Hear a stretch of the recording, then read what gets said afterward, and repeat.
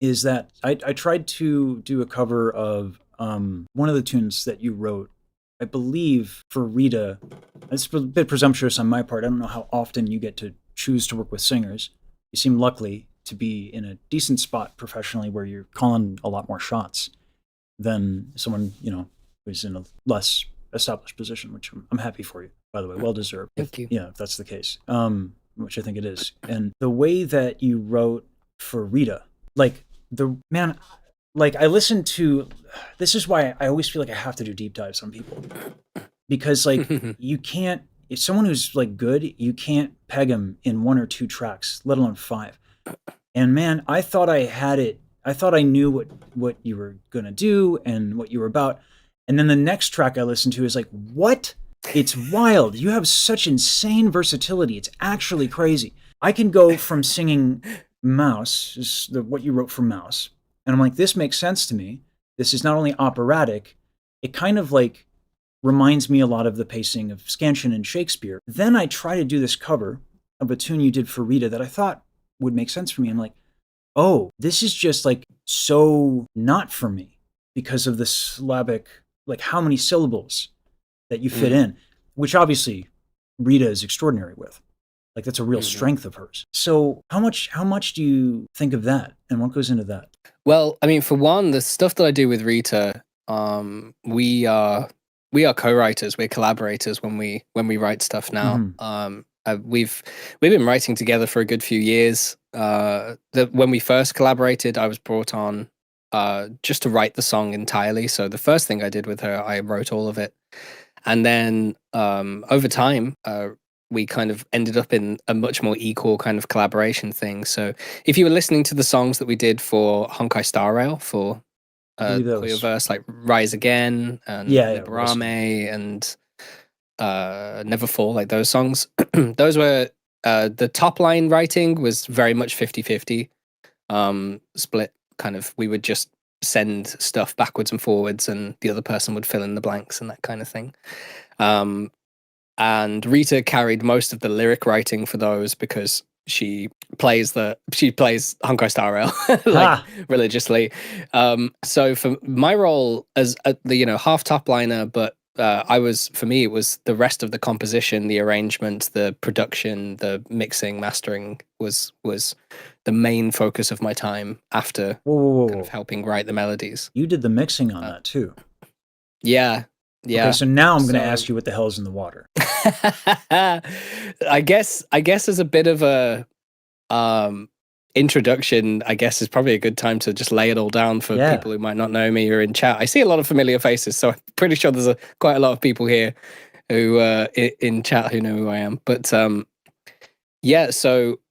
I'm a songwriter, music producer, composer, singer, instrumentalist, and educator as well. I'm a university lecturer in songwriting too. That I didn't know. That's good. So teaching is something, the thing I hate the most is this idea that those who can do shouldn't teach. And it's like, that's the opposite of the case. Renee Fleming, Pavarotti, they all gave master classes. You have to give back. Being able to do this is an honor and a privilege. Not a lot of people get to do music, and no one gets here by themselves. No one. I think it's a responsibility to give back. So I'm happy to hear that. And we can talk about your community stuff later, but I won't let you cook on your backstory. Sorry, I'm excited. Yeah. I'm excited. No, I agree. I my opinion is that I kind of think it's the duty of musicians in many ways to pass on their knowledge to the next generations. I was pretty much self-taught in music. So up until the age of completely self-taught instrumentalist, I started singing lessons at age 16. So up until that point, I'd been self-taught for about 7 years or so. But so I had different opinions, I guess, when I was younger about teaching. But as I grew up, I realized that there are teachers in my life who opened doors for me, who opened my eyes. Most importantly, opened my eyes to wider worlds and new possibilities, and to new loves, and falling deeply in love with just music in its broadest, most general sense, not just a genre or a style, and instead just loving music for everything that encompasses. So, and I think music education is the best tool for that. So yeah, but yeah, aside from, so I guess with all those things, what I mainly do, I write. Obviously, I write a lot of songs for VTubers, which ties into my J-pop writing. Yeah. I've had a couple of commercial J-pop songs which have been hits in Japan. Platinum. I'm going to drop that for you. Yeah, Platinum credit yeah, artist. We did have that one. That was pretty cool. Yeah, congrats. Thank you. And as well as that, done a lot of stuff for video games. So obviously the collaborations with Honkai Star Rail. I did a bunch of songs on the soundtrack for a HoloLive indie game called Chrono Gear Warden of Time. That was very well received. I did a song in collaboration with Borderlands 4 last year, which was cool.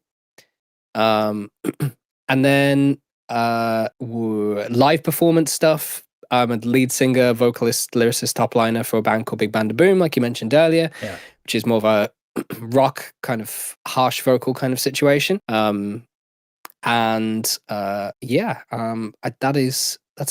most of what I do, I think. Undoubtedly you've forgotten something because you do everything. Yeah. And essentially the role that I play in the production of a song is wildly different from project to project because I kind of enjoy fitting into whatever role is necessary to make the project work. Yeah. And that's just how my brain works. If I was doing the same thing in music day in, day out, I would go crazy. Like I need to, one day I'm writing lyrics for someone, the next day I'm arranging an orchestra, the next day I'm producing an EDM record, like the next day I'm singing on stage with my band. Like that's what I need to keep myself sane. Essentially. I can't tell if it's just the fact that I have ADHD or what's crazy is like from the perspective of an opera singer, I have way more versatility than most because I was self-taught until I was 18. And that's when Marilyn got her hooks in me. And, I wasn't going to pass up free voice lessons 5 days a week. So my backstory was I met this teacher who is a retired San Francisco opera chorister. It's a nice gig, Yeah. It's funny. She was like, yeah, they didn't pay enough. And I was like, well, what was it? Like $20 an hour? And she looked at me like she's like, oh, it's like that for you. So yeah. I was young and naive, but she brought me to, because it was community college, and I just took a class because I liked singing. And she brought me to a state college, and I heard opera live for the first time. My dad always had it on. I never really thought anything of it. When I heard it live, I was like, oh, I get it. I want to do this. Yeah. And she was like, well, if you're serious, I'll teach you for free 5 days a week, but you got to show up on time, and you got to help me around the house a little bit. I said, yeah, can I do 6? So that's why I do all of this. She also asked me to pay it forward. And so, she probably just meant like 1 or 2 people. Oops, I have no chill. So like the last 8 years has been all this stuff, but at least online. But like, the before that, I was actually kind of on a trajectory more akin to Daryl, of all things. I wanted to compose for video game music. I played guitar. I was decent, actually. That hasn't atrophied at all. Yeah. I know that feeling. Yeah, but the versatility for me, like I thought I was versatile. Then I meet people in this space. Boy, it's one thing to do a lot of different things. It's another thing to do a lot of different things at a certain level where you actually have a professional caliber. How did you, why are you so good?